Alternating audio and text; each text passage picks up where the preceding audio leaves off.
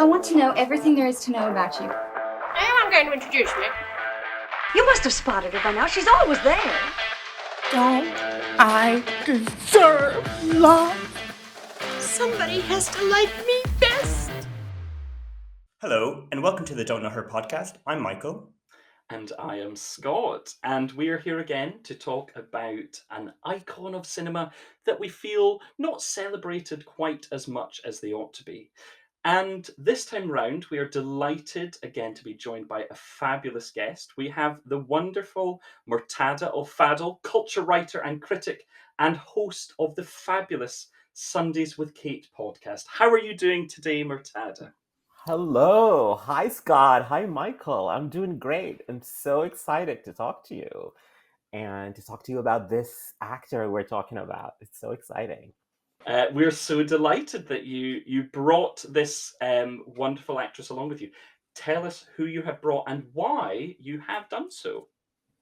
So when you asked me to come on, I first of all, I just want to say I love Don't Know Her. I love the podcast. I love the title. This is a great sort of to talk about actors that people don't celebrate all the time, because we end up talking about the same, I don't know, 12 actors who get nominated Sure. for Oscars every year. So I love this. I love the idea of it. I love listening to you. And I love that you talked about so many of my favorite actors. So when you asked me, I was like, Alfred Woodard, but you've done her. Toni Collette, you've done her. Ruth Negga, you've done her. You've even done Harriet Walter.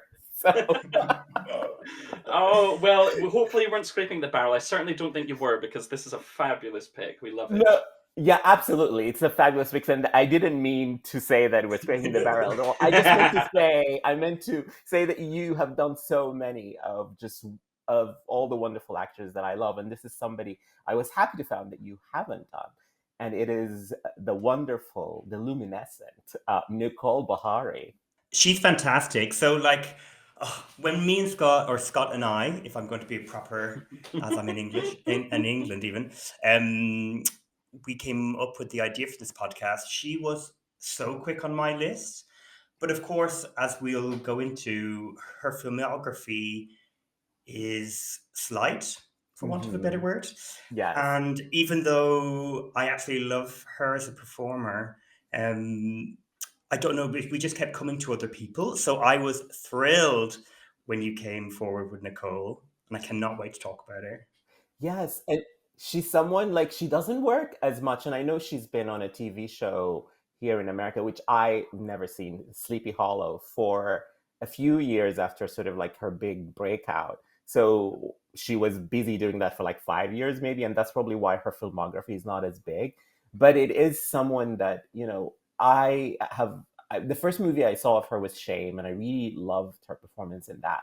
And then years later, I saw Miss Juneteenth, and that's when I was like, wow, where has she been? And Miss Juneteenth is, I think we're in 2022, so it came out 2 years ago now. I'm Yeah. not sure. Is that right? Yes, it did. Yeah. And it's just when to see her sort of like get that, central role in a movie that's all about her, that just made me go back and be like, oh, what has she been doing? And why is she not in more things? But she is in more things. She has been in more things since that. So Thankfully, and lots of exciting things to come, which we hope you're going to be able to touch on for us a little bit later. She is just so mesmerizing. She's so gorgeous, and her energy is just wonderful. And now, from having gone back and watched some of these films, as we have kind of discussed with others, but I'm always excited to, is when you just see such versatility and range. She's someone again who feels different each time we see her on screen. The energy is there, the presence is there, but the actual character that she's performing as is wildly different each time, or I certainly found it to be different. And I find that to be the most magnetic thing to see an actor do on screen. So I'm so delighted to get to know more of Nicole, and therefore so glad you brought her, Murtada. yeah, I think what I really like about her is that, we talked about her filmography is she doesn't have a lot of movies. And in a lot of these movies, like in Shame, she's sort of like the girlfriend, or, her character there is more of a plot point as opposed to like they want to show us like how to get the main character to the next point in the story, or she's playing just a wife or something like that. But what I like about what she does is that she always does the unexpected, even in these smaller roles where you kind of like go into a movie thinking, oh, I know this, I figured out this character. Yes, she's like I said, luminous on screen, and she looks always amazing, and she's one of those actors, who have the screen face, like the face that you can't look away from. So there is all that. So all she has to do, for lack of a better word, is pose, and we're still be enthralled. But what I love about her is that she always punctures those expectations, and she gives you something that you're not expecting, even when the role is maybe an expected role. And that's kind of, we'll talk about it. We'll get into what she does in Shame and in 42 and American Violet, all these movies where the script is sort of like maybe obvious in the character, but she's not in the performance. And I think that's why I'm excited to talk to you about her. I was trying to think of like who would be a more famous and celebrated example of the sort of performer Nicole is. And do you know who jumped to mind was Michelle Williams, who I think oftentimes is boxed into the sorts of roles you're talking about is what you'd expect, but somehow finds ways of making it pierce through the screen, like really like connect with you, no matter what the size of the role. And is also luminous and just, I think, a gift for a director to work with, because it feels like those sorts of actors can do anything they're asked. I'm going to do my part and I'm going to do it so well that everyone will remember me when they leave the screen. Yeah. So yeah, love it. I love that. I love the idea of her puncturing through, because she is the face, as you said, Murtada, like in a very classic way, and maybe quite similar to when we talked about, say, Ruth Negga, for example, someone who has the face and the range that you're like, everyone should be scrambling to work with you, because you can bring that classic movie star value of a face that you truly can't look away from, but also you can deliver anything. I think there's so much in there, and because, like we've said, not enough so far, but hoping for a lot more, there's just so much potential, and I'm so excited to see what comes next. So shall I give a brief rundown of Nicole's work so far before we get into the films individually? Please do. Yes, please. Okay, so Nicole was born in 1985 in Florida. Her father worked in the United States Foreign Service, so she spent her childhood in the UK, Jamaica, Nigeria, and Panama, before going into high school in South Carolina. So I have something. So I go on. interviewed Nicole, and I think something that maybe is not that I was surprised she told me in that interview, which we'll talk about. She said that yes, she was born in America, but I think her parents are from somewhere in the Caribbean, because she said she's West Indian, but she always plays African Americans. That was like a little thing, an aside that she said to me in the interview, and I'm like, oh, okay, so. Yes, she was born and grew up in America, but I think that's where she comes from. Great. And she went to, well, if you're going to be an actor, where else would you go but the Juilliard School? A very prestigious performing arts school, graduating in 2007. So she was just with two very famous Juilliard graduates, Jessica Chastain and Oscar Isaac, in Scenes from a Marriage. But I think just looking at when they were born, they were probably not at Juilliard at the same time. They are a little older than her. That is, I'm still going to dream or think about them having like great times as students. Yeah, they were together. Happened. It was wonderful. We love that for them. Doing all sorts of like Chekhov, Tennessee Williams, all sorts. That is going to fund my imagination for a few days now. But yeah, like all of her fears or whatever about TV and film seems to go out the window, because in 2008 she gets a leading role in American Violet, a film we will definitely talk about, where we do also get to talk about Alfred Woodard again, as we always love to. And from there, like her film career includes, as we've talked about, Shame in 2011, My Last Day Without You in 2011, 42 with Chadwick Boseman in I've written 2013. I'm going to assume that we do not have a future remake of 42 coming out. And most famously, most celebrated, is her role in Miss Juneteenth in 2020. She wins the award for Best Actress at the Gotham Independent Film Awards. She's nominated for Best Female Lead at the Independent Spirit Awards. She would be totally deserving of a Best Actress Oscar nomination too, but that did not happen. And yeah, Miss Juneteenth is a real beautiful film that if anybody listening to this does one thing afterwards, I hope they watch that film, and we'll get into. But I don't know if people would maybe recognize her from some of her TV work. So she's appeared in The Good Wife, an episode of Black Mirror, Little Fires Everywhere, Solos. As you've mentioned before, she's had a stint in Sleepy Hollow from 2013 to 2016, which, as you probably rightly predict, took up a lot of her acting time. And most recently, with those beautiful people, Jessica Chastain and Oscar Isaac, and also, oh my God, Corey Stoll, Yes. the most beautiful foursome you could think of in Scenes from a Marriage, which I've only watched one episode of, but all beautiful people doing beautiful work. Well, she's only in that one episode. Is it the first episode? She's just in Yeah. that one. Oh, well, then what's the point in watching the rest? I'm glad you've told me now. She's just in that one, yeah.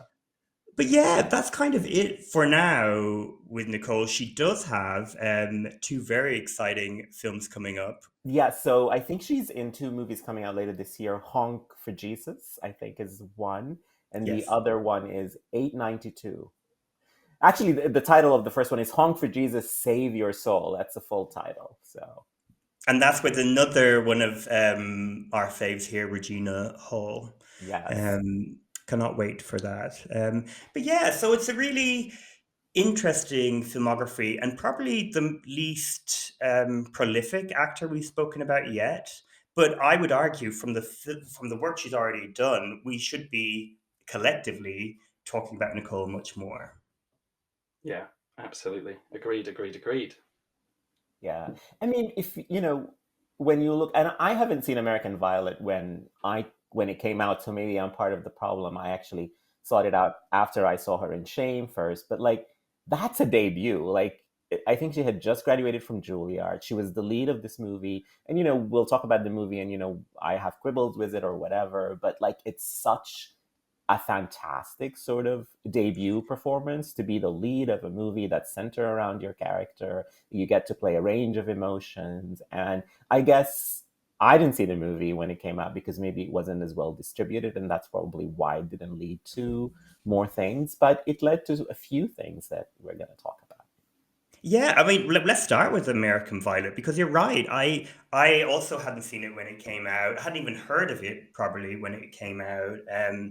So it's released in 2000. It premieres at the Telluride Festival in 2008, and is more widely released in 2009. But it's the story set against the 2000 Gore versus Bush presidential election vote count, sort of what would you call it? Controversies. We see Nicole, who's a mother to 4 children, so many children. I think you're right. It's 4. 4 children. Her mother, Alfred Woodard, is looking after them as she goes off to work in a diner. At this time, there's a raid on their housing estate, and it is a drug raid, and they're looking for Nicole. Dee, you ain't done nothing to get all caught up in this mess, have you? I mean, somebody said that they was looking for you. Mama, I don't have nothing to do with that. I know that. I know. It's my parking tickets. I got $782. $782? Good Lord. Girl! Child, you can buy a car for that much money. I know, Mama. And I guess this is a bit of the movie where it's like, okay, this is fucked up, because she is kind of accepting the very aggressive behavior of the police, even though it's just about these parking tickets. So it's kind of like this kind of casual violence. Mm-hmm. And this is the start of the film. Then she finds out she's being accused of selling drugs near a school. She has all we know about this woman, and this is down to Nicole's performance, I think, really, is that she hasn't done it. Like, she is wrongly accused. She's as far removed as drugs as she could possibly be. And it is just like such an attention grabbing like setup of a story. And so you watch her as she's fighting the system, which is incredibly corrupt, to prove her innocence, which is self-evident. And there's loads of there's like her ex-husband, or I don't even know if they're married, her ex-partner, the father of the children, his current partner, Alfred Woodard, giving lots of very motherly advice, which is welcome and not welcome at different points. It's just really, you see her less of a victim, even though she is so, and more of this woman like working towards proving herself. And this is like in a long line of great American films of real life stories of women fighting against the system. And it's less Hollywood-fied than, say, Erin Brockovich or something like that, but it is like easy to get behind Nicole and be like, yeah, you prove yourself, like this is fucked up.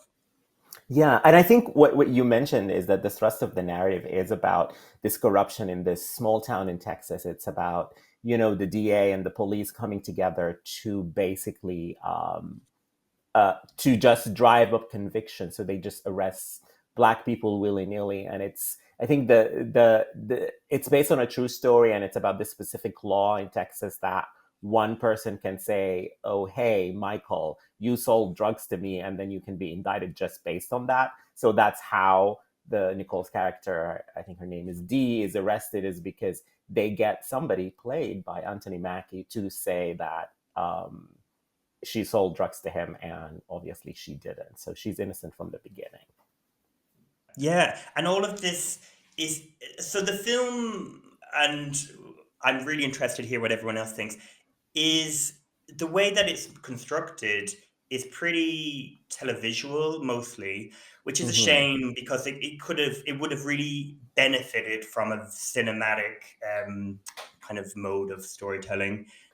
Yeah, I agree with you. I think the film sort of suffers a little bit from earnest do good, sort of like it's trying to do good and shine a light on this particular law in Texas and tell this woman's story. But I think where it's successful is in giving the space to people like Nicole and Alfred Woodard and Anthony Mackie to sort of build these characters. Like, they have a stock villain character in the DA who's just like, you see him and you're like, oh, it's as if, he's tattooed on his forehead racist.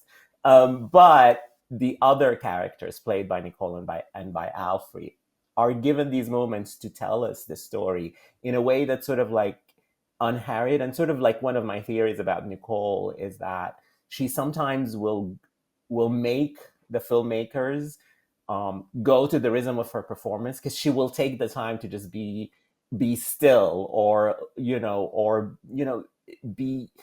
have the rhythm of the character she's played. Sometimes is fast, but a lot of the times it's slower, where she take in moments. And this is kind of one of the things that I love about her. And in this, she has those moments, but she also has moments where she's very intense, even violent sometimes. And I think that sort of contrast in your screen debut is like, it was an amazing opportunity, and you get to see a lot of her range. Despite, this is not a great film. Like, it's not a great film. But it's a great. It's not a great. No, it's not. No, it's very on the nose. I think there's a lot of This is not one you'd recommend people seek out, because she has got to present these skills. We feel very strongly that she did make that presence felt in Shame. And so, did you, Murtada, see Shame in the cinema?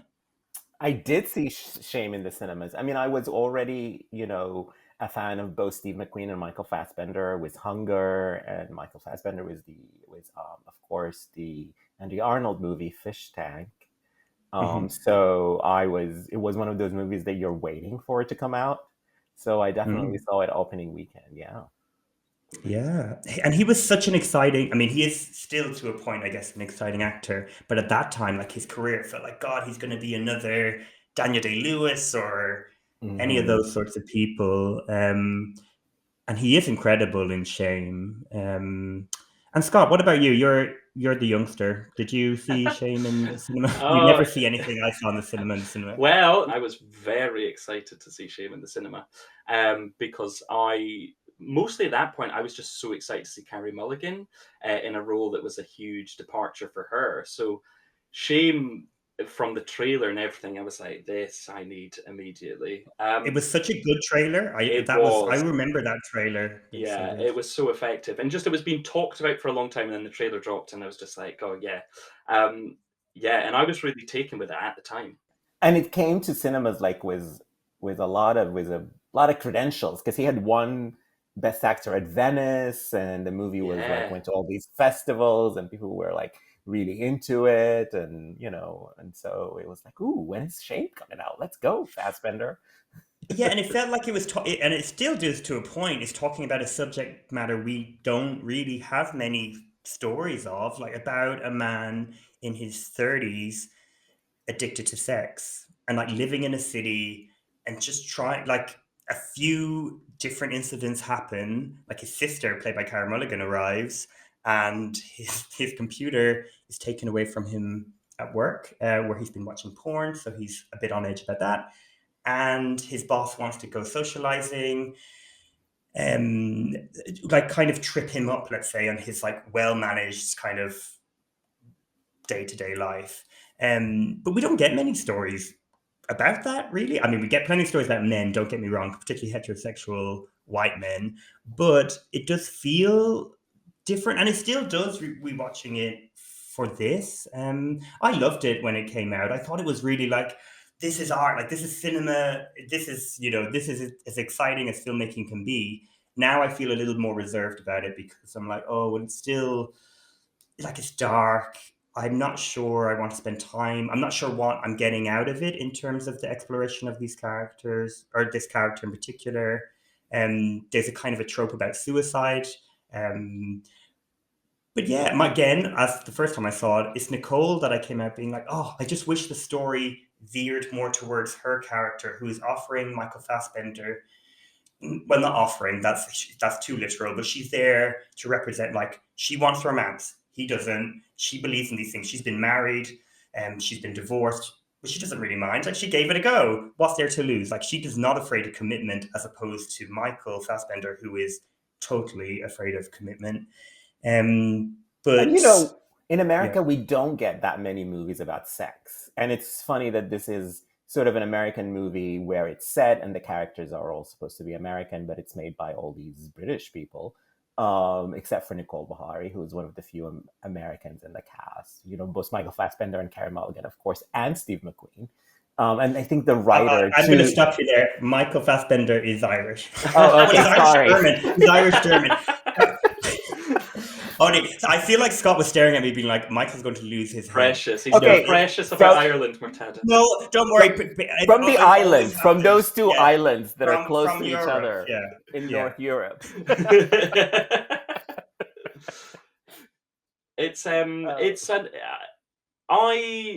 I still think it's amazing. I think this film is amazing. I was expecting to watch it again and think a lot less of it. And I think I agree with you that there are things like this sort of playing on certain tropes that I don't think are as well handled as they ought to be.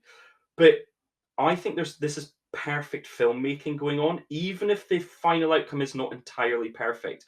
I think how Fassbender is framed, this kind of phantom presence, like ghostly in the film, I think it's beautiful, and every beat is very beautiful and very exciting. But coming back to it this time, for me, it was Nicole, as you describe her, Michael, as the kind of romantic. Wasn't married long. Gave it a shot. Didn't really work out. Oh.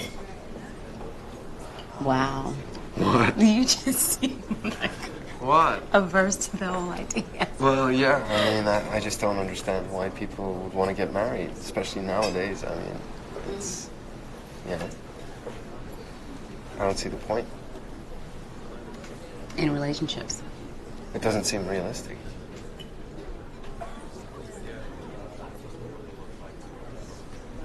Are you serious? I mean... Yeah, no, really. Well, then, Why are we here if we don't matter to one another? Everything is so sensual and alluring, and she plays it so well that anyone would fall over themselves to be with this woman. So she certainly needn't settle for somebody in his position. But I guess him being kind of aloof is probably part of the appeal there. But yeah, what about it more for you on reflection, Murtada? I mean, I think her part is a very hard part to play Yeah. because if you look at the story, like the Michael character and the Carrie character, even the boss at the work, they all at work who gets attracted to Carrie and maybe they sleep together, whatever. All of these people are like real people with motivations in the story, and she seems to be one. She's more of a plot device. Like they have to tell us the story of like, oh, here's someone that this sex addict, this very bad person who can't come to terms with all his addictions, with his past, with the things that are driving him. This is the beam of light that offers him, a glimpse into a future that is better, happier, that he rejects and does everything to jeopardize. So the character, I think her name is Marianne, is more of a plot device than an actual character. But I love what Nicole does with it because what she's playing a woman who's obviously attracted to her coworker. She finds him sexy. She wants to sleep with him. But at the same time, she's also maybe wants to date him because she's always trying, like in the few scenes together, there is that scene where they're walking to the subway and she's trying to figure out who he is. And then in the next scene, and in that scene, he's actually giving her a little bit of information, showing her that he's attracted to her, asking her on a second date. And you can see in her face that she's enjoying all of this and she's happy about it. And in the next scene where they go on a date to a restaurant, and this is where he's trying to jeopardize every moment. Like he's just in that scene, he's trying everything to sort of make her not interested in him because he's facing his demons and all of these things. But look at her face in that scene. She's perplexed. It's like, what is this dude? I don't know him. Maybe he's an asshole. But at the same time, she's still attracted to him. And I think, again, we talk about the facets that she brings to these performances. Like you see that dichotomy in her face. She doesn't have a lot to say in that scene because they're talking about banal things about, how many relationships have you been in and, small talk, small talk. But just watch Nicole Beharie in that scene and all of these emotions are on her face. And she makes a meal out of this part that I think is maybe 4 scenes and not that well written, not that interesting, frankly, but she's very interesting. Exactly. And I love how that date ends is with him kind of turning itself around to be like, we'll get to do this again, and she's walking away and the camera stays with Michael Fassbender looking down the subway steps, and you just hear her say back like, maybe. And it's just like she does hold power with a man who likes control, so it flips it almost on its head from what you expect that date to be. So I did really enjoy that moment. This is it. The romantic me was like, oh well, what would be the other option? But then I don't have a sex addiction, so I can't relate to what that we know of. Or is this a double bluff? Oh, it is. It's that's so interesting what you say about him at the top of the stairs looking down.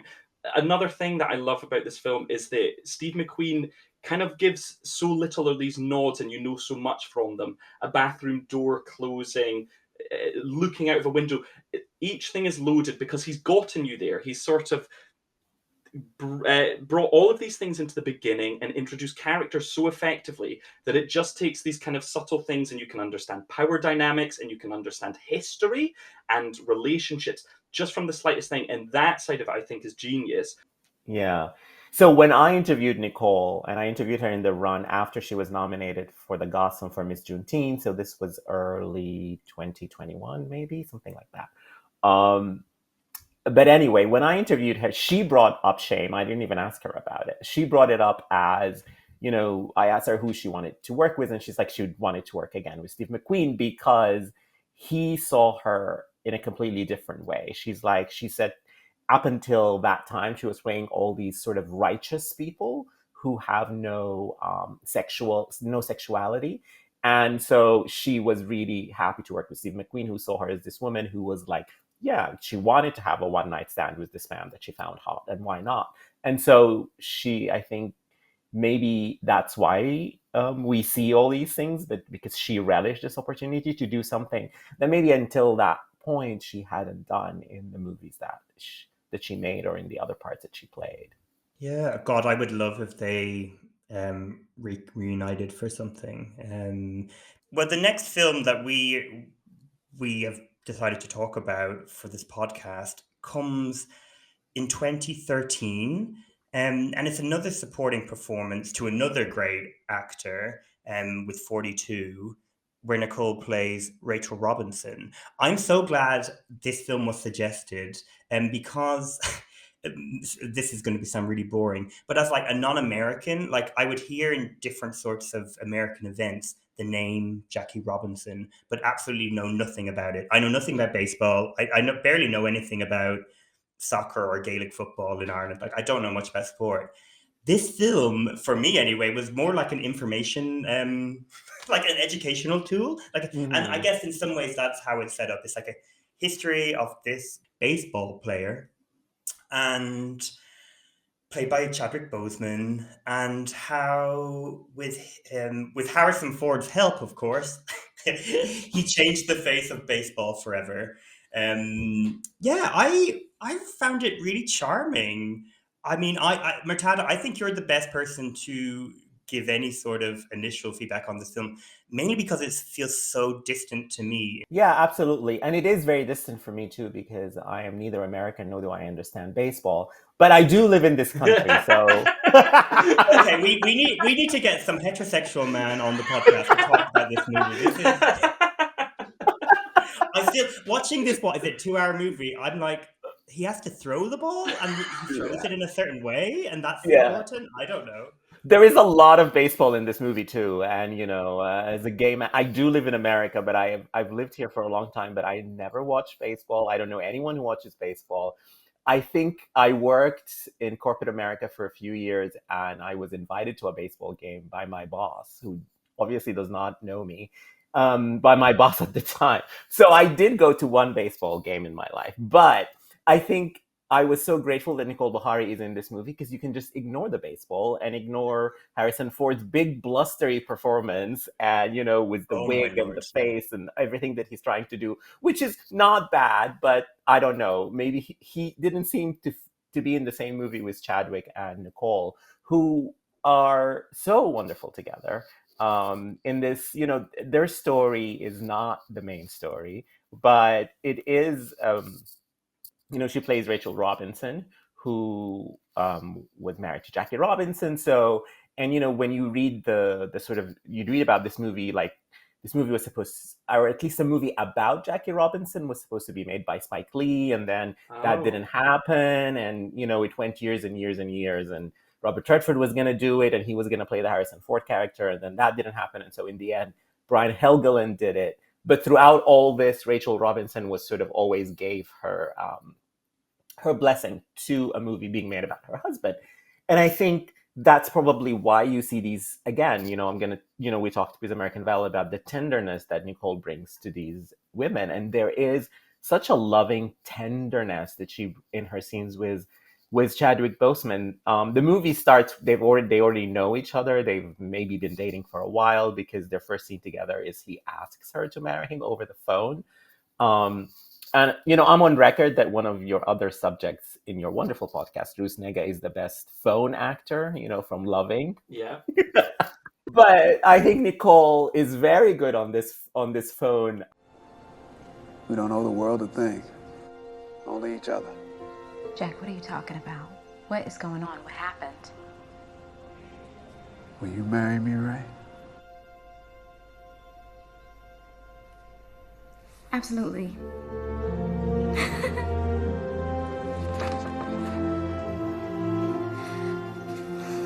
When?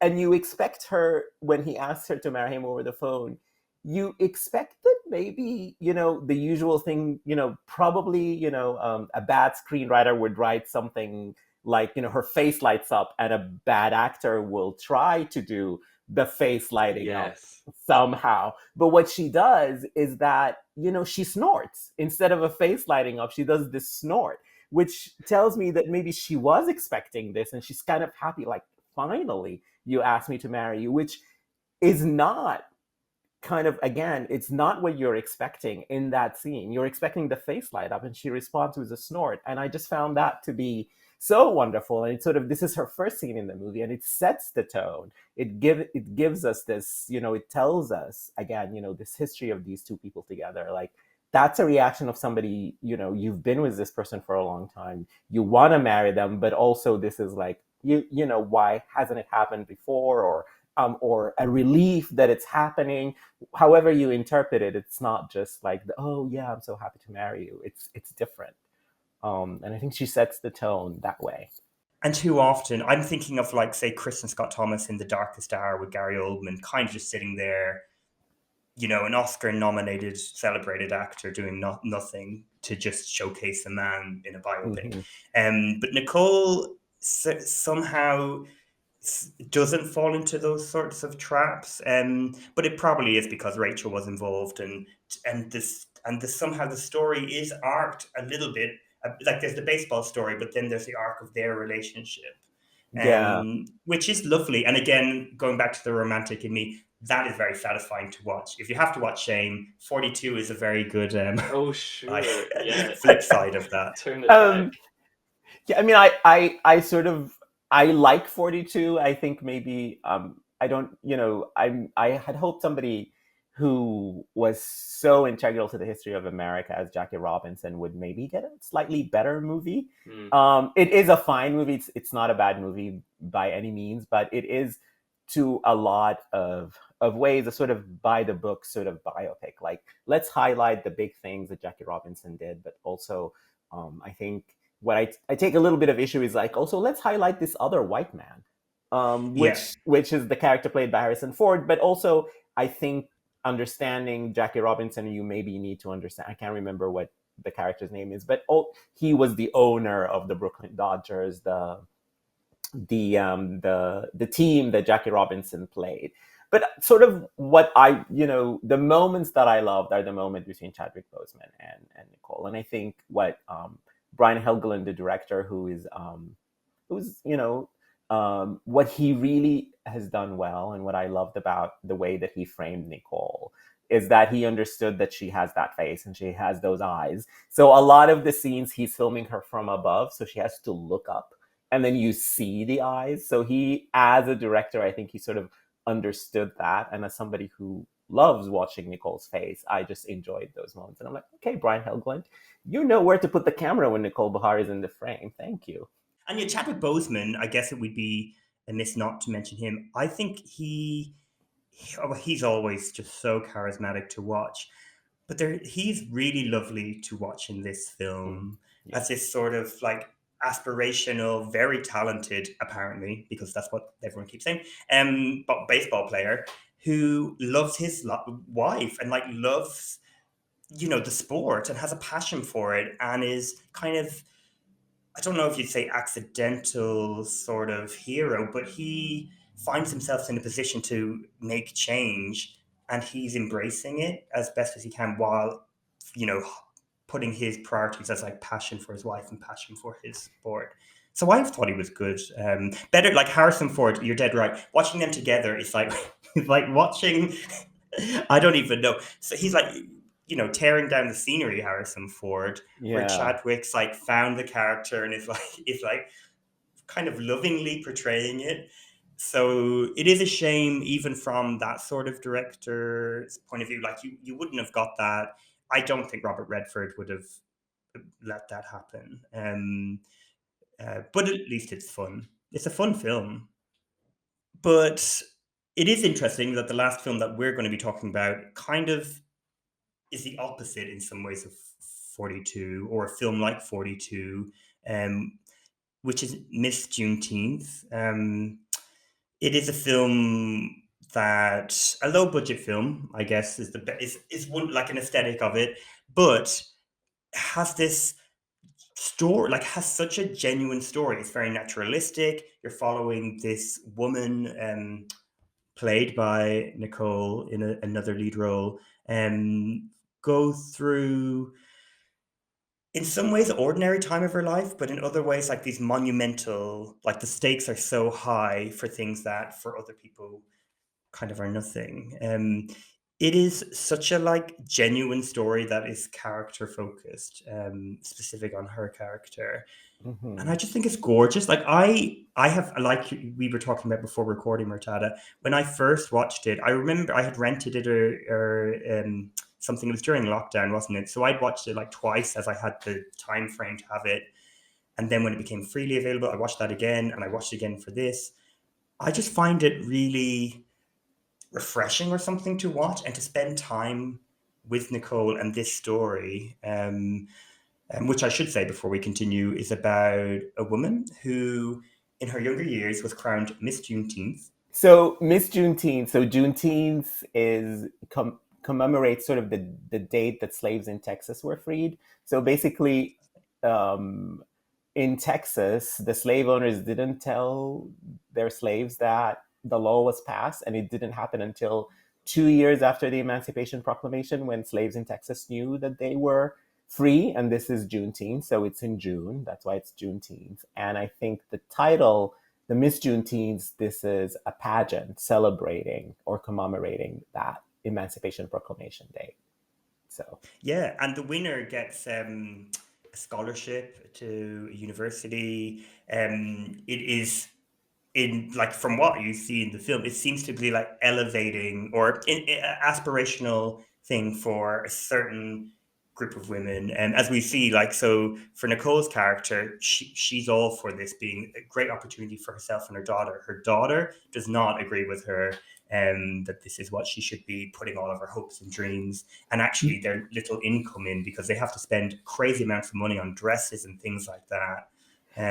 So Nicole has won Miss Juneteenth when she was a teenager, and now she's trying to get her daughter to win it. So the movie takes place in the summer when the daughter is preparing to win, but the daughter has other things that she's interested in, and she's not really interested in this title, even though it comes with a scholarship. But what I loved about what you said, Michael, in your introduction, is that it's a character study, and it's also not just a character study, but it has a feel for that part in Texas. It's about this particular community in Texas. So we see the Nicole character, her daughter, her mother, who is a church person. What do you call them? A pastor in a church. I love it. This is it. We can't do sports. We can't do religion. These are subjects we just can't talk about. Yes, a pastor in the church, and and the Nicole character works at a bar. So you see the guy who owns the bar, and the people who come to the bar, and I think the director, Channing Godfrey Peoples, is somebody who also maybe went to pageants and maybe won Miss Juneteenth. I'm not sure, but I think she was definitely somebody who participated in pageants and is from that part of Texas. And so she has like a real feel for that part of town, for those pageants and for the people in that part of Texas. And you feel that in the movie, and the movie is so wonderful for being rooted in this very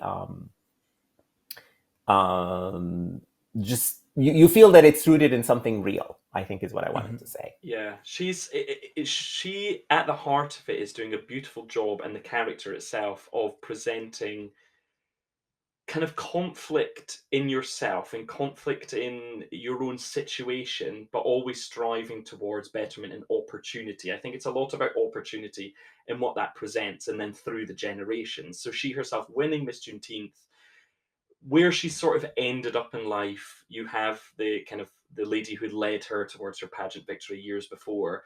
You sense her wishing she'd done more with her life, and you can sense Nicole Beharie's character feeling that hurt, perhaps it not, but then putting that into her daughter. but she's still very honest and genuine to her roots and where she's at, and isn't turning against that. However, it's still pushing her daughter in a way that just suggests such internal conflict and wishing for her daughter what she maybe didn't achieve herself. But the balance is again wonderful. She plays this so beautifully, and there's a scene in particular which really stood out to me, where she doesn't have enough money to buy her daughter a dress for the pageant, and then she relies on her husband um, to have gotten this money, but he, due to his own circumstances, does not have it either. And there's a moment where she just looks entirely defeated by it, having this conversation with him and wondering their direction. So much, again, conflict in her head about how has she landed at this point? How has she landed her daughter at this point? And everything in her face is a work of magic. It's incredible.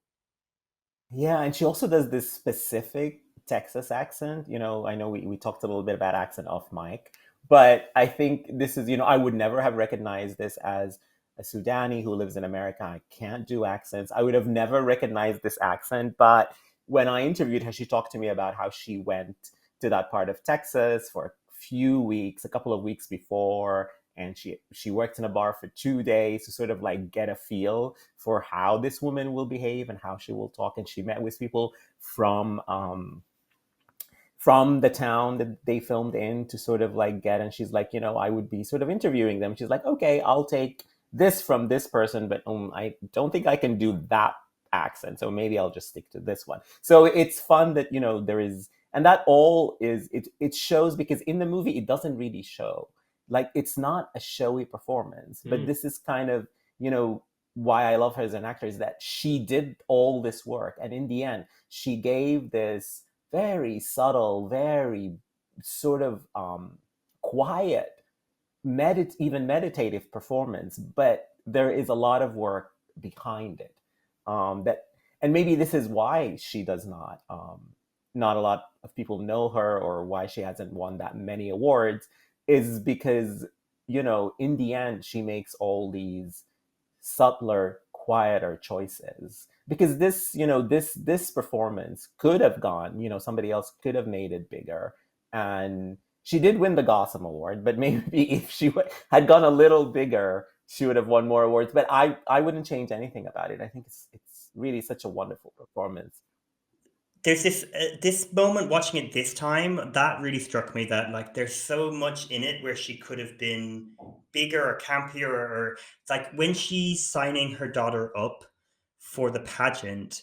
So she's won this pageant. She's, in the eyes of the people that are running it, who remember her, did not live up to their expectations. She meets various people too, in particular, who, the way they interact, Nicole is so like, whose name we should say is Turquoise. She's so like composed, like she's obviously prepared herself for this. You can see the learning from taking part in the Miss Juneteenth, I'm assuming, and how she's interacting with these characters. It slipped my mind that you have a daughter old enough to be in the pageant. How old are you? 14, about to be 15. About to be. Good luck to you both. Mm-hmm.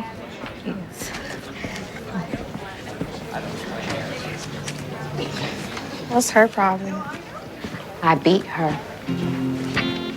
But Nicole brings this sort of just wonderful energy. And I think that's why I'm so drawn back to this film, because I think even like Nicole and the film as a whole, because it's so like built upon her, it's just so loving even, and supportive. And not to give anything away, but it ends in an optimistic note. Like you feel like this character has progressed, this story is going to move forward, and everyone is, including the audience, are a little bit better for everything that has just happened. Yeah. So I love it. Yeah, me too. I love it so much. And she has such great chemistry, like with Kendrick Sampson, who plays sort of her on again, off again boyfriend. Sexy situation there. There's a lot of sexiness. I this episode. Yeah. They're both so sexy, and in those scenes together, they look amazing. And you kind of like, and they're sort of shot in this like it's the scenes are mostly at night, so there's this like glow that's sort of glistening off their skins. It's so beautiful, just aesthetically beautiful to look at. The It actors. is. Yeah. It's so stunning. Do you think this is the best showcase of her? Do you think this is her best performance, Murtada? I think it's absolutely her best performance. And I think the best movie she's been in. Like, I love Shame, but you can't, that's not a Nicole Beharie film. Sure. Like, this is definitely, like, if there is one movie you want to watch for Nicole Beharie, it's this one. And I think I love that it's such a showcase for her. And it's like she's in almost every scene, and she sort of like takes this character and runs with it. But again, we were talking earlier, like, she does the unexpected. Like, she doesn't give you a big, loud performance. She gives you a slow, quiet, meditative performance and tells you this woman's story, and you just can't. Like, I feel sometimes like, the movie sort of just goes slower and slower because of what she's doing. And I think my favorite scene in this movie, and I think this is the main still of the film, or I think it's also the poster. And it's a quiet scene where it's after a day of doing all the things that she does at the bar, and being tired, and she's wearing boots, and she's outside of her house, and she puts the tiara that she won as Miss Juneteenth years earlier, and she just sits there, and the camera sort of like pans closer to her, and it's just, this woman is just sitting there thinking about her life, about her choices, about maybe what she missed. She doesn't say anything in that scene, but she doesn't need to, because in her face you see everything. You see everything that we've been trying to figure out about Turquoise for the last hour. I think that scene is maybe a little bit over an hour into the movie, and it's so wonderful. And it's one of those scenes where it makes you appreciate the actor, it makes you appreciate the director, that they both took time to like stand still and show us this character unadorned, just with her emotion, nobody around her, and she's so unself-conscious, as if the camera is not there. It's just so wonderful. Love that. Agreed. Completely. And well, actually, before we move on from Miss Juneteenth, do you think she should have been nominated for an Oscar? Yes, absolutely. So this is the year Frances McDormand won for Nomadland, and they were both nominated at the Gotham Awards, and so she won over Frances McDormand. But the Gothams do that, they always give it to the underdog, which great, we love that. Yes, I think she should have been nominated, but now I'm trying to find out who the 5 were, so I can know whose nomination would I take. Yeah, well, we have Viola Davis in Ma Rainey's Black Bottom, Andra Day in the Billie Holiday film, Vanessa Kirby, Pieces of a Woman, Carey Mulligan, Promising Young Woman, and as you mentioned, Frances McDormand. So in general, a pretty good lineup, but I would still be voting for Nicole somewhere. I think I would take away Frances. Whoa, Murtada, bold. See, me and Scott nearly lost our friendship over this, where I was like, Frances might be the best, but she doesn't need another Oscar. Yeah, because hell? It's like I'm all about spread the wealth. Like, it's big for Vanessa Kirby and Andra Day to get nominated and be Oscar nominees. It's big for Carey Mulligan to finally get that second Oscar nomination after I don't know how many years. And it's also wonderful that Viola and Chadwick got a his and hers nomination. So Frances is the one who doesn't need this nomination or Oscar. I do agree with that. I do agree with that. And I would be way more on board if I didn't think that her performance was one of the best of the decade. But I'm with you. She didn't necessarily need another so soon as well. Murtada, you can join any time that we need to gang up on Scott, because this is the first time he's agreed to this scenario. But all for this. So Scott, whose nomination would you take? Out of those, I would take away Carey Mulligan's nomination.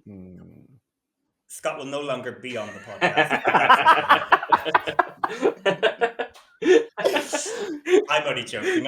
Only Love is here. Do you know what? I would probably place her quite high if you were ranking them anyway. So, But what I'm really excited to hear about is some films that we haven't yet had the pleasure of seeing. So, Murtada, tell us about your Sundance experience and whet our appetites.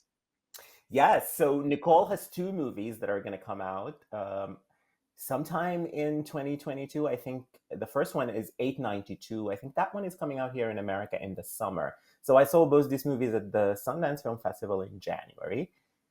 As I call it, Sundance on my laptop because of COVID. It was a virtual festival. But I was happy to watch all these movies. Good, okay. So 892 is like a lot of Sundance movies. It is a movie directed by a first-time filmmaker, and their name is A.B. Corbin. And it is, like American Violets, a true story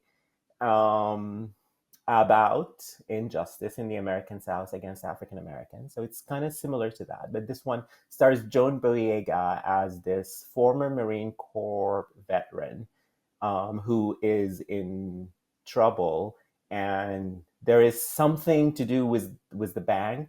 So he goes into the bank and holds a couple of bank employees as hostages for a bomb threat until the bank sort of did him wrong, and he lost his veteran savings or something like that. I'm sorry that I'm not into the mechanics of the plot, but anyway, he holds them with a bomb threat in the bank. He holds them. What do you call it? Holding them hostage. Yes. Sorry, I completely forgot the word hostage. It happens. So Joan Boyega holds them hostage, and Nicole is the bank manager. But what happens is that obviously, like, we are on his side because he's been done wrong, and he's been sort of cornered into this, and it's based on a true story. But what I love about this movie and what I love about all Nicole's performances, she's not a very huge part of this movie. I would say the late great Michael K. Williams plays the hostage negotiator. So most of the movie is between the two characters played by Boyega and Williams, but Nicole in her supporting part, she is so level-headed, so down to earth, so understands, like the character understands all that's happening and is trying to save herself and her employees. And Nicole again brings this sort of groundedness to her performance. And I was just watching this movie, and Boyega is great, and Michael K. Williams is amazing, and all of that. But I was just like, just stick with Nicole. Like, can we just? And it just made me.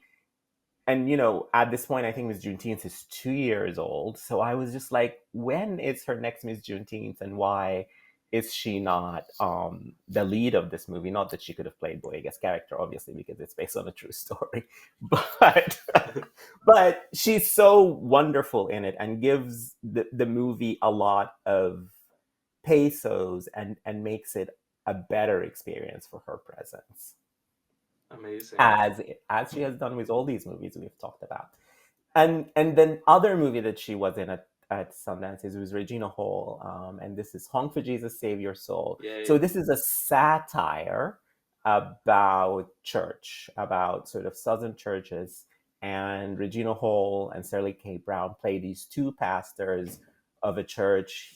They are dealing with the scandal that he's gay, and so you get to see Sterling K. Brown shirtless a lot in this movie. So that's and Nicole she plays sort of her and her character and the character's husband are rival pastors in another church. So as the scandal unfolds, that church sort of becomes more successful. People go there. And again, she only has 2 scenes, or maybe 3 or 4, something like that. But it is a completely different register for her because this movie is a satire. It's comedy. She's basically playing, what's the Reese Witherspoon character from Election? Tracy Flick. She's playing Tracy Flick. Okay. She was the pastor of a Black church in Atlanta. Stunning. Love it.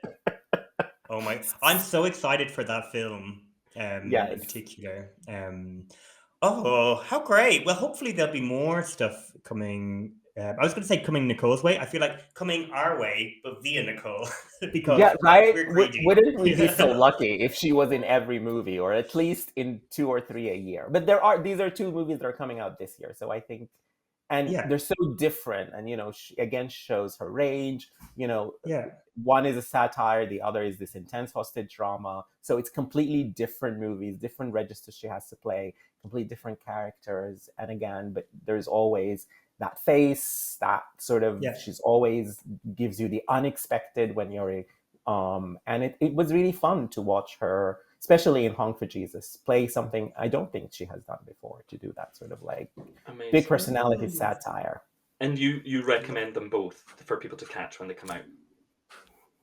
I do, with reservations. Like, I don't want to be the one to be like, these are the movies of the year. They're obviously not that, but they have their small pleasures. Great. Both of them. Okay, well, good. Well, anything, Nicole, we are absolutely thrilled about. So I'm sure we'll be getting our tickets.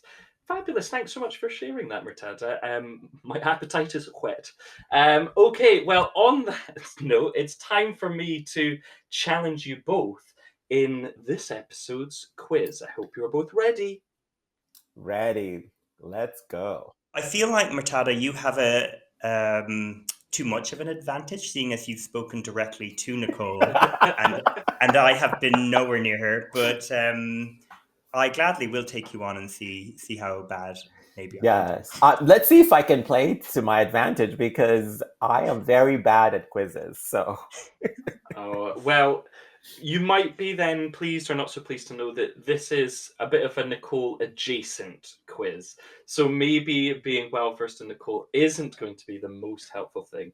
But let's see how you. I'm still sure you're going to do fabulously. So, as is our tradition with the quiz, we need the winner to have a prize themed around our star of the moment. Murtada, is there any Nicole themed prize that you would love to get if you win against Michael here? I won the tiara from Miss Juneteenth. A perfect choice. That is the only choice. I'm also going to go with that as my prize. Perfect. If I do win. Tiara's up for grabs. You can wear it, sit on the steps, smoke a cigarette, ponder life. It's going to be a beautiful moment for either of you. Yeah. I might have to get a wig to put the tiara on. No, you can make it work. I think that looked great. Stunning. I believe. I mean, I know this is only audio, so for our listeners, I am bald. I have no hair, so. Tiara. Where are the rules that say you need hair to have a tiara? Yeah, you know what? I'm gonna take that. I'm just wear the tiara if I win with no wig. So thankfully, during this episode, we have talked a lot about the Gotham Awards. So the Gotham Awards, an awards body that celebrates independent filmmaking. And interestingly, I think it was just this year that they've swapped towards lead performance as the category. However, they did a draw and there was a male and female winner of the award. However, the Best Actress Award has existed at the Gothams between 2013 and 2020. So what I'm going to do is I'm going to give you the year, I'm going to give you the director, and I just want you to tell me the winner of the Best Actress prize at the Gotham Awards. We're going to start with you, Murtada, and hopefully you don't feel hard done by the fact that this is maybe a slightly easy one. 2020, and the director is Channing Godfrey Peoples. Well, the winner is the luminescent Nicole Beharie. It's, of course, Nicole Beharie in the wonderful Miss Juneteenth. Fabulous, Murtada. You're off to a great start. Tiara coming your way, I suspect. Michael, for you, 2019, the director is Lulu Wang. Oh, Awkwafina for The Farewell. It surely is. Awkwafina in The Farewell. We are. Oh, she should have been Oscar nominated too. This is going to frustrate me the more we talk about these winners. There are a few here that will be frustrating to realise they didn't make it to the Oscar stage. Namely, this one, Murtada, 2018, Ari Aster. Oh, Toni Collette in Hereditary, yeah. Oh. Toni Collette in Hereditary. And I assume you also agree she probably should have been in there for the Oscars. Yes, absolutely. Oh, I love Toni. So I have a story about Toni. Can I tell it now? Or do we finish the quiz? No, always. So I interviewed Marion Cotillard many years ago when she was doing The Immigrant. She was doing press for The Immigrant, so I don't know how many years ago was that. And I asked her about her favorite actor, and she went on about Toni Collette in The Hours and how that's her, like specifically her favorite actor is Toni Collette, but in The Hours, and which is such a wonderful choice because Toni Collette just comes in and like she's the best performance in that movie. Like I don't care, she has Yeah. that those two scenes. She's so wonderful. She comes in like a hurricane, and you can't. She's so memorable. And so when Toni Collette was doing awards for Hereditary in New York, I went to a reception and I got to talk to Toni Collette, and I told her that she is Marion Cotillard's favorite actor. Oh my And what'd God. she say? She was just so flabbergasted. She's like, "Oh my God, I love her so much. I didn't know that." Oh my God, what a So special moment. I love uh, that. Oh my goodness. Well, I'm very jealous you were able to share that with her. Oh, thank you for also sharing that, Murtada. Okie doke. So now we're moving on to 2017. Michael, this one's for you. The director is Greta Gerwig. Saoirse Ronan. I feel like that film feels much more recent, but is it Saoirse Ronan? It's Saoirse Ronan for Lady Bird, indeed it is. Yeah. Amazing. I mean, no notes. Perfect choice, perfect performance. Yes, totally, it is. I agree with I you. sadly not, even though we come from the same island, I'd love if I had a story like you do about Toni Collette, but I have nothing to say about Saoirse other than I love her. Oh, I love that. All right, Murtada, next one for you. 2016. This is in a Paul Verhoeven film. Oh, Isabelle Huppert in Elle. Of course Yes. it is. I remember that. Oh, that was such a wonderful speech too. She was so surprised she won. And she Yeah. was like, I don't know what this award is called, but I'm happy I won. Any story with Isabel? I don't unfortunately know, but I'm hoping maybe next time I come talk to you guys, I'll have a Huppert. Oh my goodness, please seek it out, make it happen. Yeah. But delighted that she is one of the ones who did make the cut. A Yeah. fabulous nomination. Okie doke, back to you, Michael. So we have 2015. The director is Marielle Heller. For Best Actress, is it Belle Powley, one for Diary of a Teenage Girl? Is that what it was called? Yeah. I mean, I'm obsessed with Marielle Heller, so this is like my niche sort of thing. But yeah, oh my God, what a film, what a performance, what a great choice. Like, I guess Saoirse's young too, but Belle Powley's. So I'm gonna say something controversial. Oh, go on. I love Belle Powley in that movie, and I think Belle Powley really should have Florence Pugh's career. And I think the fact that Florence Pugh came 2 years after Belle Powley did that wonderful performance, and then Florence Pugh appeared, she stole all of Belle Powley's performance and roles, not performance. She stole all of Belle Powley's roles, and I just think that we are worse for it. Oh my God, I love it. Hot takes from Murtada. Oh my goodness, delivering more than we could have ever dreamed from this quiz. Stories and hard truth. Oh my God, poor Florence is somewhere and she just feels like a sharp Yeah. attack. Oh, what just happened? Someone's talking about Belle Powley again. Yeah, like I thought I got rid of that bitch, but Murtada's on your case. Florence, I do still very much love you, even if Murtada doesn't. Anyway, on to 2014 for you, Murtada. This is Richard Gleitzer and Wash Westmoreland. Well, this performance actually won the Oscar. This is Julianne Moore in Still Alice. This sure is the only one of the bunch that was one to go on to be an Oscar winner, in fact. And this anecdote's not nearly as exciting as yours, but since you've done it on a not too dissimilar, Jane, I met Wash Westmoreland at the London Film Festival a few years ago, and I personally thanked him for getting Julianne Moore her Oscar, and he seemed to take it in good spirits. I'm sure he's heard it plenty of times so nice. from many gay men who flocked to him. But he was very, very lovely to talk to. He gave me a lot of time, which I was delighted by, and so I had to thank him personally for that. So, yay, Wash, thank you.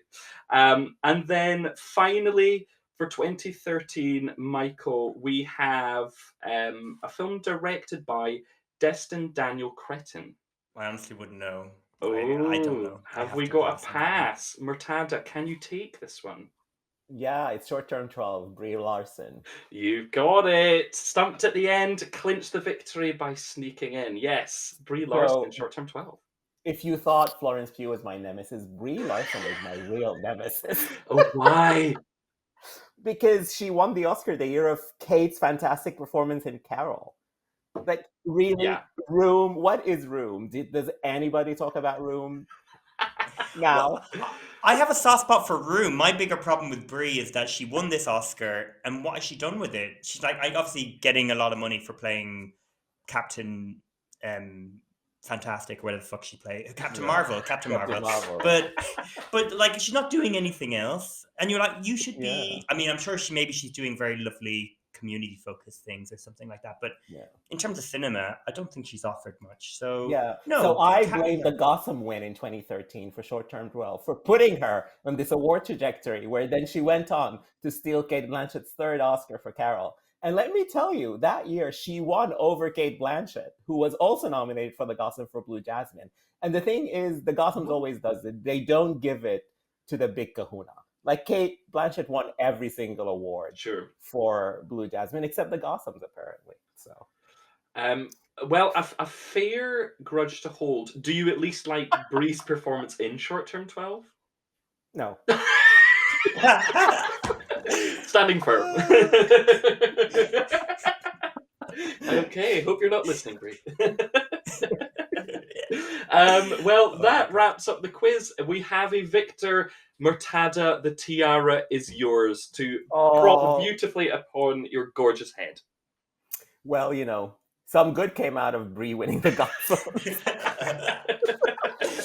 I got a tiara out of it. I love it. Hooray for that. Love it. Well, I don't mind losing to you, and particularly when we get to hear your kind of L-like vengeance, hatred for. Why has someone not made like a gay-orientated story about like a gay man who loves films and actresses too much and is so pissed off with someone winning over another person that they like go all crazy on them? Like that would be an amazing, and you could literally take the Cate Blanchett and Carol Brie Larson in Room scenario as the point of reference. Well, so on my podcast, Sundays with Cate, which is all about Cate Blanchett, I just basically wax poetic about Cate Blanchett every week for as long as I did that podcast. So I'm so happy that you guys gave me this chance to sort of talk about maybe actresses I don't like as much. Although I love Nicole Beharie, so we cover it all here. Wow, who would have known? What a platform! Fabulous. Well, why don't we gaze into the future? We love Nicole, and we want a lot more for her, and I feel confident that we are going to get a lot more for her. But Murtada, let's hand this over to you. So we asked you to come along with a few kind of different category areas. Do you want to take off? Choose the first one you want to talk about for Nicole. So I think one of the categories you asked me to is a remake, right? Yes. Mm-hmm. So I went the obvious way for like to think of remakes for, you know, a gay man obsessed with actresses and looked at Best Actress winners. Yeah. And so I went all the way back to 1944, one of the best winners in this category ever, which is Ingrid Bergman in Gaslight. And like, wouldn't you love to see Nicole in a remake of Gaslight, where like it's something I don't think she has done, and if Gaslight is remade, I imagine it would be more horror adjacent than it was. Sure. But then Nicole will get to play all the psychological complexity of that character, and so, and her, like we've talked about, like Nicole's like screen presence is quite strong and independent. So to watch somebody, particularly with all the discussions that are, if people don't know about Gaslight, it's about a woman, Ingrid Bergman, as you say, in the original, who is terrorized by her husband, isn't it? They are married. Yes. So the term gaslighting comes from this. But with all the conversations about domestic abuse and all this sort of, I don't know, dynamics that we haven't had as much discourse about, what a great time to bring it back. That is such a great idea. I love it. I love it because Yeah, it could avoid the horror route and just be this sort of drama, like a psychological drama. yeah, and it could, like to your point, there could be such a modern take on it, like a post Me Too modern take on Gaslight with Nicole Beharie at the center of. That would be amazing. With Brie Larson as her husband. No, Brie Larson will not come near this movie. And Florence Pugh as the light. Only joking. Wow. What about your remake, Michael? Well, I feel like mine is similar. I was thinking of like who or what sort of part has been celebrated that, and like the world that she could fit in, and I'd love to see her like kind of showcase her acting talents. And I was thinking Blue Valentine, the Derek Sheehan France, is that how you say his name? Film, which is about, so the film that exists is Michelle Williams, Ryan Gosling, a marriage. I don't know if actually they're married, but a couple in a long-term relationship, and they're having like their marriages or their relationships breaking down, and it flashes back from when they met and fell in love to the present day where it's falling apart. And I mean, Michelle Williams and Ryan Gosling give such incredible performances because it's so focused on them and built around them. But to watch Nicole do that would be such a gift. So yeah, I thought that would be, even though it's not entertaining to watch the film, it's quite hard, it's quite intense. I would still love to rewatch it again. And Ryan Gosling can still be there. I don't mind. It could be anybody. I don't mind who the man is, but Nicole would be terrific. Oh, I love that suggestion. I think it's great. And that's such a wonderful performance. It's Michelle Williams' best, in my opinion. So I would love to see another take on it. Yeah. Yeah, I think I agree with you. Fabulous one, Michael. I went down then a very different path altogether. So thinking about her performance in Shame and what she did kind of in owning her sexuality and just being so sensual and present in a really incredibly magnetic way, I thought about how about we get a character who weaponizes on that, and I immediately went to Basic Instinct. And I would love to see Nicole take on Sharon Stone's role. I mean, Sharon Stone is incredible in that film, but let's again have a modernized version where we have a woman weaponizing something which is, you cannot see past how kind of sensual and exciting and extraordinary this person is. And I do believe that she can fully give that based on what we saw in those small scenes in Shame. So a very different path, but something I'd be very excited to see her take on. Wow, that is so out of the box. I would have never thought of that, but I love it. Here to surprise. And so shall we go into sequels next? Because this is an interesting one, as we don't have many options of what sequels we would put Nicole in. I mean, the obvious choice is, of course, Miss Juneteenth. Let's go back and see Turquoise 2 years later, 3 years later, however long it's been.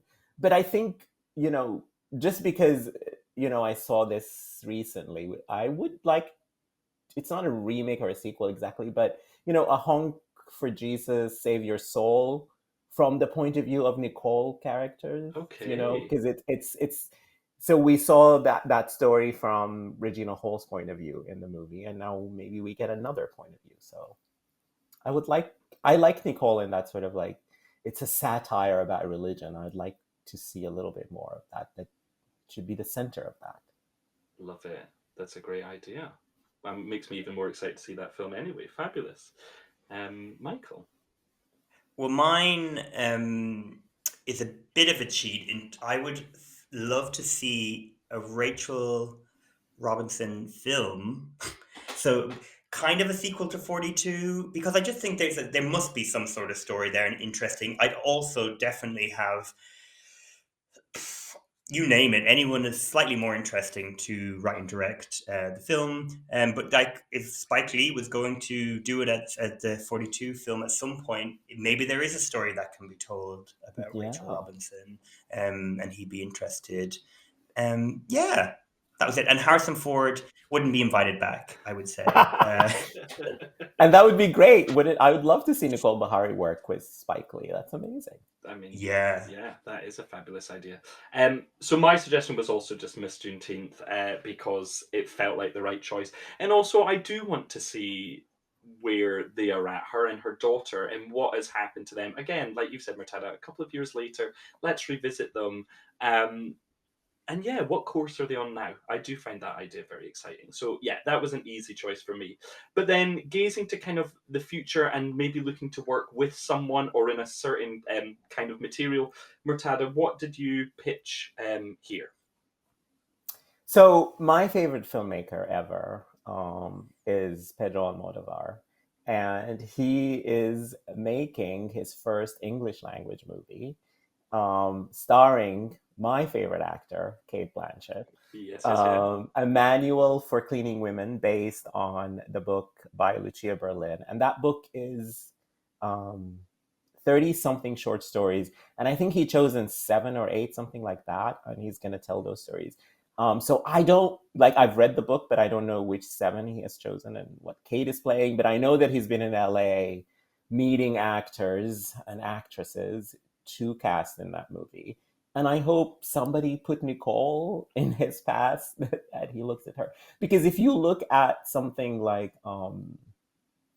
Parallel Mothers or All About My Mother, I would think Nicole would sort of just be so amazing in the Penelope Cruz part in Parallel Mothers or in the Cecilia Ross part in All About My Mother.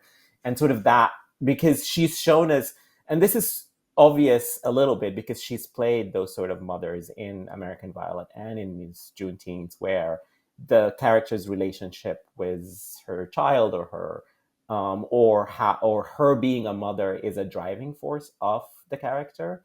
So, and Pedro is obsessed with mothers in all his movies. So I'm hoping that he has met her for a manual for cleaning women. Yeah, I have that written down too because I would love it. It would be so good.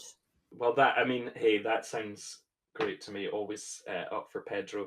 Off the back of seeing how great she was in Shame, I did feel like I want more Steve McQueen time, and more so off the back of what he's done recently with his Small Axe series, and especially the Lovers Rock entry into that. I feel like wonderful, something within that nature and feeling, I think she could be wonderful in that.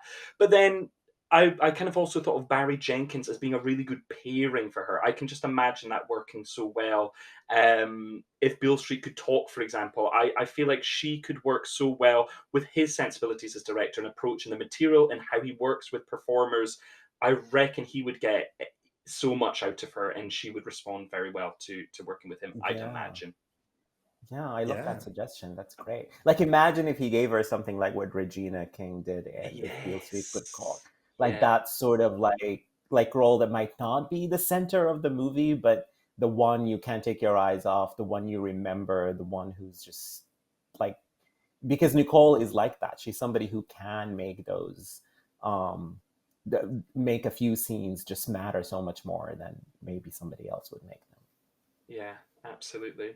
But what a plethora of wonderful suggestions we've come up with. So yay for Nicole's future and all of these things materializing. I'm sure they're going to, right? Yes. I mean, if people should just watch Miss Juneteenth, casting directors, producers, everybody in Hollywood, and she will get cast in everything because it's such a wonderful showcase for her talents. Yeah, it completely is. Amazing. Well, thank you so much for bringing her, Murtada. I am truly delighted that we got to spend some time with Nicole and get to chat about a wonderful performer. But talking about wonderful people, where can our listeners find you if they want to read more of your stuff? And also tell us more about Sundays with Cate for those who haven't listened to it. So I had this podcast, Sundays with Cate. It's available wherever you listen to podcasts and also at sundayswithcate.com. It's about Cate Blanchett's films. So every week I have a guest and we choose a Cate Blanchett film and we talk about it. I have about 50-something episodes, so I've covered everything. And obviously the big movies, the Blue Jasmine, the Carol, the Elizabeth. There are multiple episodes about those movies, or what I call a mini series. So covering the film from different perspectives with different guests. So it was a project that I did over a couple of years, taking breaks. It's not like, whole 2 years doing nothing but Cate Blanchett. I took breaks, but I did it over 2 years. It was, Cate is my favorite actor. When I was kind of coming into loving movies, I saw Elizabeth, and it was one of those things. Oh my God, who's that? And she's someone who hasn't really disappointed me since so far, is that she's just went from strength to strength, and I was so happy to sort of put my critical lens and my fandom on one actor and come up with that project. So it is exactly that. It's a look from a critic and a fan at one actor. Yeah, it's a great choice, and it is a really lovely podcast. I think it's really terrific, Murtada, so I fully recommend it to everyone. And what about if anyone would like to read some of your writing? Where can we find you at the moment? Yes, so you can find my work at Into More, at Backstage, but mostly all my work you can find, I would put it on Twitter, so you can follow me on Twitter at me_says, and that's where you find my work. And thank you so much, Scott and Michael. I love coming on this. I love this podcast. I love the idea from it, and I loved talking to you guys. It was such a wonderful time. Love talking about Nicole, and I apologize for your listeners who are fans of Florence Pugh and Brie Larson. I am usually a nice person. You are. We know it.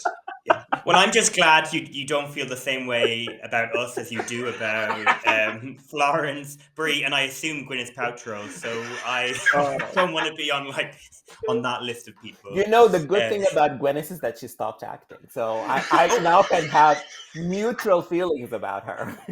Well, I thought that was because you put some sort of I don't know, spell on her, to curse on her. Oh my Lord. Fantastic. Yeah. And Scott, where can people find us if they want to follow along with the podcast? Sure. So if you'd like to come and join us in the social media world, you can get us on Twitter and Instagram at don'tknowher_pod. Or if you fancy dropping us an email, please do that. You can grab us at don'tknowherpod@gmail.com.